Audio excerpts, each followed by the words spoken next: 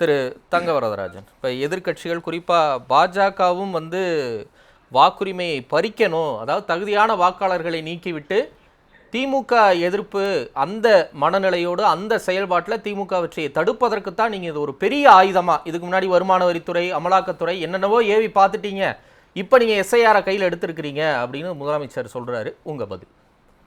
வணக்கம் திரு தமிழரசன். அதாவதுங்க, பாஜகவுக்கும் அதிமுகவுக்கும்ங்க வாக்கு திட்டுனா என்னன்னு தெரியாதுங்க, கிட்னி திட்டுனா எங்களுக்கு என்னன்னு தெரியாதுங்க. தமிழ்நாடு மக்களுக்கு தெரியுங்க, இந்தியா முழுவதும் யாரு வாக்கு திருடுறா கிட்னி திருடுறாங்கிறது மக்களுக்கு தெரியுங்க. அதனால இதெல்லாம் எங்களுக்கு இந்த மாதிரி திட்டு இந்தியாவே திருடுனது யார் தெரியுமா? நீங்க பேசுறப்ப நான் எப்படி அமைதியா இருந்தாலும் அது அமைதியா இருக்கிறது தான் ஒரு ஜனநாயகம். அதை முதல்ல நீ கத்துக்கணும். நீங்க தேர்தல் நடத்துற மாதிரி நடத்தாங்க. இப்ப வருங்க, அப்ப இன்னைக்கு ஏதோ எஸ்ஐஆர் நான் என்ன சொல்றேன், இன்னைக்கு மாநிலங்களுக்கு எதிர்கட்சி தலைவர் என்ன சொல்லியிருக்காரு, உண்மையை சொல்லியிருக்காரு. இப்ப திரு சரவணன் என்ன சொல்றாரு, ஏதோ இவர்கள்ட்ட தான் பூத்து ஏஜென்ட் இருக்கிற மாதிரி அதிமுக ஒண்ணு ஒரு மிகப்பெரிய ஒரு இயக்கம், ஒரு மாபெரும் இயக்கம். அந்த இயக்கத்துல பூத் ஏஜென்ட் இல்லைன்னு சொல்றாரு. பாத்தீங்களா, இது இது அகங்காரமா ஆணவமா தெரியாது. இது எப்படி வேணா எடுத்துக்கிட்டோம். இத பாருங்க, இன்னைக்கு எப்பயுமே ஒரு தேர்தல் வர்றப்ப சம்மரி ரோல் ரிவிஷன் வரும் யதார்த்தம். திமுக காங்கிரஸ் எப்ப பத்தி ஒரு வாடிக்கை என்னன்னு பாத்தீங்கன்னு சொன்னா, பாஜக இது கொண்டு வந்தது. உதாரணம் வச்சுக்கல, ஜிஎஸ்டிங்க இதுக்கு முன்னாடி பல்வேறு வரி இருந்துச்சு. ஆனா ஜிஎஸ்டி எல்லாமே ஒருங்கிணைந்து நாங்க என்ன கொண்டு வந்தோம்னா எளிமை, அதாவது நுகர்வோரா இருக்கலாம், அதே போல வணிகரா இருக்கலாம், அந்த வகையில கொண்டு இன்னைக்கு மக்களுக்கு நல்லதை புரிய வச்சிருக்கிறோம். ஆனா நெரேட்டிவ் காங்கிரஸ் திமுக என்ன சொன்னுச்சு, ஏதோ ஏதோ ஆங்கிலேயர் வரி விதிப்பு விதிச்ச மாதிரி பாஜக தான் முதல்ல வரி விதிப்பை விதிக்கிற மாதிரி ஒரு மாயத்தோட உருவாக்குறாங்க. இன்னைக்கு தோல் உறிஞ்சு போச்சு பொண்ணு. அதே போல இது எஸ்ஐஆர் என்பது 1951 இருந்துங்க 2004 நடந்திருக்குங்க. இப்ப 2002 எங்களோட கூட்டணி திமுக எஸ்ஆர் ஏத்துட்டு எத்தனை மாசம் நடந்துச்சு திரு வரதராஜன்? அப்ப எத்தனை மாசம் நடந்தது? நல்ல கேள்வி கேட்டீங்க. சரவணன் கேள்விக்கு பதில் சொல்ல வரேன். இப்ப 6 மாசம் சொன்னார் சரவணன், ரைட்டுங்க. அன்னை காலகட்டத்தில் டெக்னாலஜி என்னங்க, அன்னை இணையதள வசதி எப்படி இருந்துச்சு, இன்னைக்கு இணையதள வசதி எப்படி இருக்குது? இல்ல, டோர் டு டோர் தானே போறீங்க, இணையதள வசதிக்கு இதுல என்ன இருக்கு? நான் என்ன கேக்குறேன் சார், ஏன் சார் அதான் சொல்றேன் சார். இன்னைக்கு 13 ஆவணங்க ஒரு பிஏல என்பதுங்க மாநில அதிகாரிகள் கிட்டத்தட்ட 68,000 பூத்துக்கு நீ மாநில உள்ள அதிகாரிகள் தான் பிஎல்ஓ, இது யாருமே கிடையாது. இப்ப நான் கேட்கிறேன், பேசக்கூடாது. நீங்க பீகார் என்ன சொன்னீங்க, எஸ்ஆர் வரப்ப தேஜஸ்வி காங்கிரஸ் எல்லாம் குற்றச்சாட்டிகள் 66 ஓட்டு வச்சீங்களா சார், நீதிமன்றம் போனீங்க சார், இப்ப வழக்கு போனீங்க, நல்லது நான் சொல்றேன், வரவேற்கிறோம். அப்பதான் உங்களுக்கு குட்டு வெளிப்படும். நீதிமன்றத்துக்கும் பீகார்ல போனாங்க. நான் என்ன சொல்றேன், 22,000 பேர் செத்து போன ஓட்டு இல்ல வரதராஜன், ஓகே, அதெல்லாம் யாருக்கு பிரச்சனை இல்ல. நீங்க ஒரே நிமிஷங்க, 6 மாசம் அந்த காலகட்டத்துல, ஏறக்குறைய 20 வருஷத்துக்கு முன்னாடி நடந்த காலகட்டத்துல 6 மாசம் எடுத்து நிதானமா பண்ணாங்க. இன்னைக்கு அவங்க என்ன சொல்றாங்க, நீங்க திருத்த பண்ணுங்க, நாங்க வரவேற்கிறோம், ஆனா 1 மாசம்னு நீங்க சொல்லும் போதுதான் எங்களுக்கு ஒரு டவுட் வருது அப்படின்னு. 1 மாசத்துல எப்படி பண்ணுவீங்க? அதுவும் டோர் டு டோர் நீங்க விநியோகிச்சு நேரடியா பார்த்து சரி பார்க்கறதுல என்ன டெக்னாலஜி யூஸ் பண்ணுவீங்க நீங்க? சார் ஃபர்ஸ்ட் பேஸ் பீகார் முடிச்சாச்சுங்க. அடுத்து 12 மாநிலங்க, இப்ப கேரளா, மேற்கு வங்கம் இது போன்ற மாநிலங்கள்லாம் இப்ப வருதுங்க. இத பாருங்க, நீங்க படித்த மாநிலம் நீங்களே உண்மையை ஒத்துக்கிறீங்க, பீத்துறீங்க, அப்பெல்லாம் பீத்துறீங்க. படித்த மாநிலம் தமிழ்நாட்டுல 2 நாள் சாத்தியங்க, அது 30 நாள் கூட தேவையில்லை, 2 நாள் சாத்தியம், ஒரே நாள்ல முடிச்சிடலாம், ஒரே நாள்ல முடிச்சிடலாம். இன்னைக்கு காலையில ஆரம்பிச்சு நைட் முடிச்சிடலாம். இல்லங்க, 30 நாள் வராங்கிறப்ப 30 நாள் போதுமான மிகப்பெரிய கால அளவுங்க. அது இல்லைன்னு சொல்லக்கூடாது. நீங்க அதை வேண்டாத 2 விஷயங்க. கள்ள ஓட்டு மக்களுடைய நல்லாட்சி தந்து ஜெயிக்கணும்னு நினைக்கணுமே தவிர செத்த ஓட்ட போடணும்னு நினைக்க கூடாது. அதான் மாண்பு எதிர்க்கட்சி சொல்லியிருக்காரு, கள்ள ஓட்ட போட செத்த ஓட்டெல்லாம் போட்டுதான் ஜெயிக்கணும்னு அடப்பிடிக்காதீங்க. அதே போல போலி வாக்காளர் வச்சுதான் ஜெயிக்கணும்னு நினைக்காதீங்க. உண்மையான வாக்காளர் ஜெயிக்கணும்னு நினைக்க உங்களுக்கு என்ன மடியில பயம் இல்லை, மடியில கனவில் இல்ல, நேரடியா நீங்க உங்க பூத் ஏஜென்ட் இருக்காங்களா, ஏன் சார் யார் சார் உங்களை ஏமாத்த? உங்க ஆட்சி உங்கள்ட்ட சார், நீங்க இந்த மாவட்ட தேர்தல் அதிகாரி, நீ இங்க உள்ள கலெக்டர் தான் சார். அதே போல ஈஆர் யாருங்க, இந்த எஸ்ஐஆர் அமல்படுத்த தொடங்கினோடனே எல்லாரும் தேர்தல் ஆணையத்தின் கண்ட்ரோல்ல போயிடுவாங்கல்ல, அவங்க எப்படி மாநில அதிகாரியா இருக்க முடியும் அப்படிங்கறத அவங்க கேக்குறாங்க சார். எப்படி சார் நான் கேக்குறேங்க, இது நான் என்ன கேக்குறேங்க, இந்த பாருங்க, எப்ப பார்த்தாலும் இந்த காங்கிரஸ் இதே ஒரு வாடிக்கை.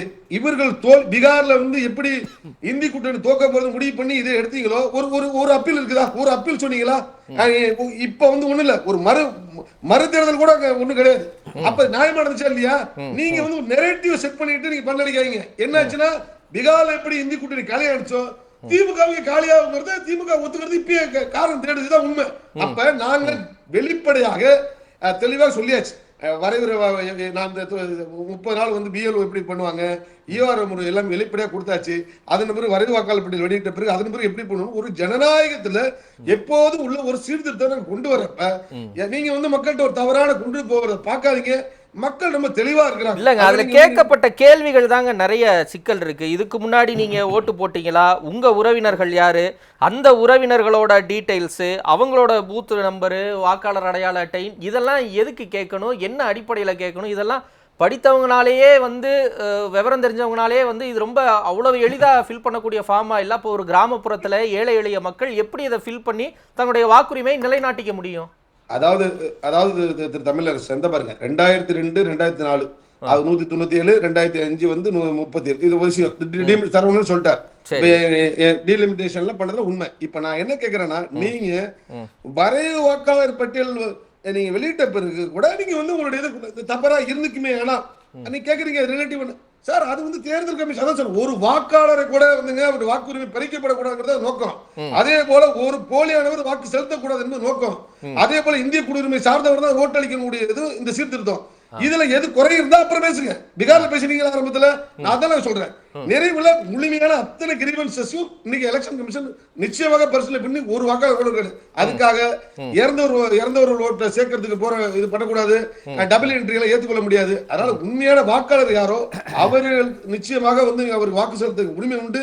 போலி வாக்காளர்கள் அனுமதி இல்லை. அப்படிங்கிறதுல என்ன அந்த சீர்திருத்தத்தை வந்து எந்த அளவுக்கு வந்து நீங்க வந்து ஒரு வேற மாதிரி கட்டமைக்கல. இல்ல முதலமைச்சர் இன்னொரு கேள்வி கேட்கிறாரு. இப்ப பிஎல்ஓக்கள் வருவதில்லை, வந்தாலும் போதுமான எண்ணிக்கையில் கணக்கீட்டு படிவங்களை கொண்டு வருவதில்லை, நாளொன்றுக்கு 30 படிவங்களுக்கு மேல் தருவதில்லை. இந்த லட்சணத்தில் ஒரு தொகுதியின் தேர்தல் நடத்தும் அலுவலர் 3 லட்சத்துக்கும் மேற்பட்ட கணக்கீடு படிவங்களை இத்தனை குறுகிய கால அவகாசத்தில் எப்படி கொடுத்து வாங்குவார்கள்? வாங்கிவிட்டாலும் வேலை முடிந்ததா? அதுவும் இல்லை.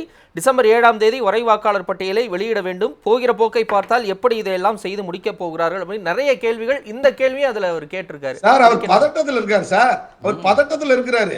அவர் பதட்டம் திருப்பி ஆட்சி அதிகாரம் கிடைக்காதுன்னு தெரிஞ்சு போச்சு. அப்ப ஏதோ சொல்லுங்க, நான் என்ன கேக்குறேன், ஒரு 30 கூட கொடுக்க முடியல, எப்படி 3 லட்சம் கொடுப்பீங்கன்னு கேக்குறாரு. சார் அது எப்படி சார், நான் 68,000 பூத்துங்க, ஒரு பிஎல்ஓங்க. அப்ப பூத் எதுக்கு அசிஸ்டன்ஸ் பிஎல்ஏ 2 வந்துங்க இவர் மார்த்தடிக்கிறார். அதிமுக இருக்கு, பாஜக இருக்குது, அவங்க கூட்டணி கட்சிட்டு இருக்குது, எங்களுடைய இன்னும் கூட்டணி கட்சிகள் எல்லாத்தையுமே இருக்குது. புரியுதுங்களா? நான் என்ன கேட்கறேன்னு சொன்னா, அதுல வந்து எந்த விதமான இது இருக்கிறப்ப அந்த பிஎல்ஏ பொறுத்தவரை அந்த அந்த பூத்துக்கு தான் அது எப்பயுமே வந்து 1200 பேருங்கிறத நம்ம ஒரு இது கொண்டு வந்துட்டோம். அந்த பூத்துல வந்து 1200 பேர் இப்படிதான் வாக்காளர் இருக்குங்கிறப்ப ஏன் சாத்தியம் இல்லை? 68,000 பூத்துல வந்து என்ன சாத்தியம் இல்ல?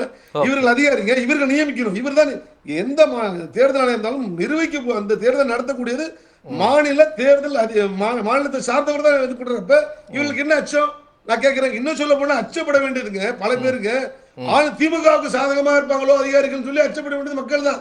எப்பயுமே வந்து பாத்தீங்கன்னா அதை வந்து இது பொதுமக்கள்கிட்ட ஒரு கருத்தே இருக்குது. அந்த கருத்தை நான் மறுக்கல. அதிகாரிகள் மீது நம்ம அப்படி வேற பார்வை பார்க்கறதுக்கு நிச்சயமா கூடாது. ஆனால் அந்த அடிப்படையில் இருக்கிறப்ப எப்படி இவர்கள் வந்து நரேந்திர மத்திய அரசு அதிகாரிகள் வந்து இது பண்றாங்க. அதனாலங்க இவர்களுக்கு வந்துங்க தோல்வி உறுதிங்க, ஏதாவது சொல்லணுங்க. அதாவது குடியுரிமை சட்டம் வந்த ஒரு விஷயம் தமிழரசன், இதே மாதிரி குடியுரிமை சிஏ வந்த பாத்தீங்கன்னா இங்க உள்ள முஸ்லீம் எல்லாம் இங்க உள்ள வெளிநாட்டுக்கு அனுப்பிடுவார். இதே நெரேட்டிவ் திமுகவும் காங்கிரஸ் செஞ்சுச்சுங்க.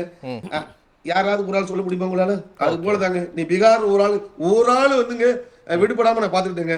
ராகுல் காந்தி ஹரியானா சொன்னார் சொன்னீங்க. ராகுல் காந்தி கூட ஒரு அவதூறான குற்றச்சாட்டை வச்சார்ல, நீ ஒரே பூத்துல 223 பதிவாயிருக்கிறார்ல. நான் கேட்கிறேன், இல்ல சொல்லுங்க தமிழரசன், இதே குற்றச்சாட்டு அவர் வந்து கேட்குதா தமிழரசன்? சொல்லுங்க. 223 வந்து ஒரே பூத்துல பதிவானதா என்ன சொல்றாரு? முலான தொகுதியில 223 ஒரே வாக்காளர் பதிவுன்னு சொன்னாருங்க.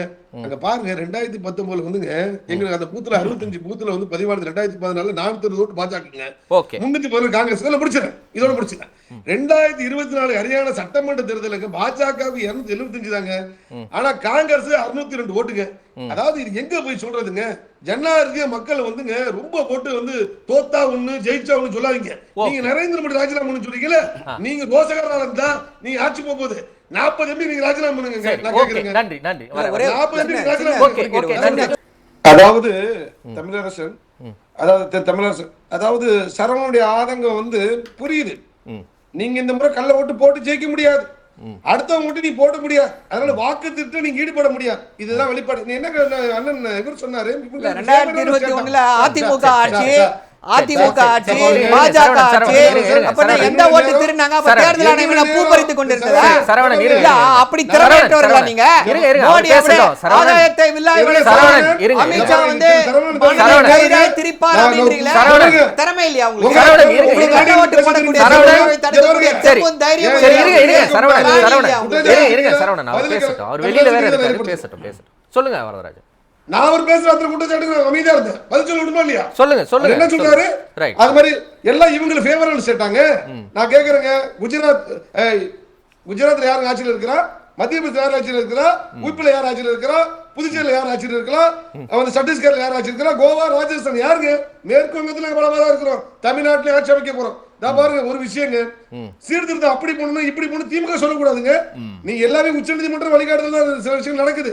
இன்னைக்கு அவர் என்ன சொல்ற 2000 பாருங்க பட்டியல் அவர் அண்ணன் பெரியன் ஒன்று சொன்னார். அப்படி பாத்தீங்கன்னா 34% வந்து இஸ்லாமியர்களுடைய இது வந்து சார் இந்த மாதிரி வாக்கு வங்கி அரசியலுக்காகலாம் அது மாதிரி பேசாதீங்க.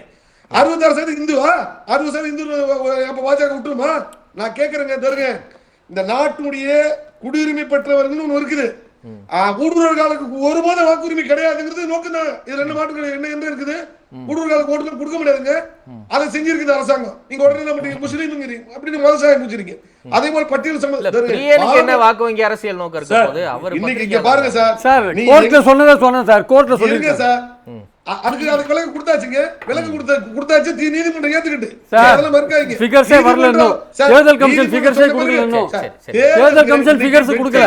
நீங்க நம்ம பட்டியல் கொடுக்கல. ஒரு பீகார்ல வந்து இது இன்னும் போயிடுமா சார்?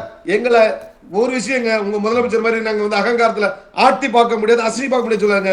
மக்களுடைய ஆதரவு எங்களுக்கு இருக்கிற வரலாம். நரேந்திர மோடி பாஜகவை நீ யாரு ஓட்டுகளை திருடினா மட்டும்தான் மோடி வந்து பிரதமராக முடியும்.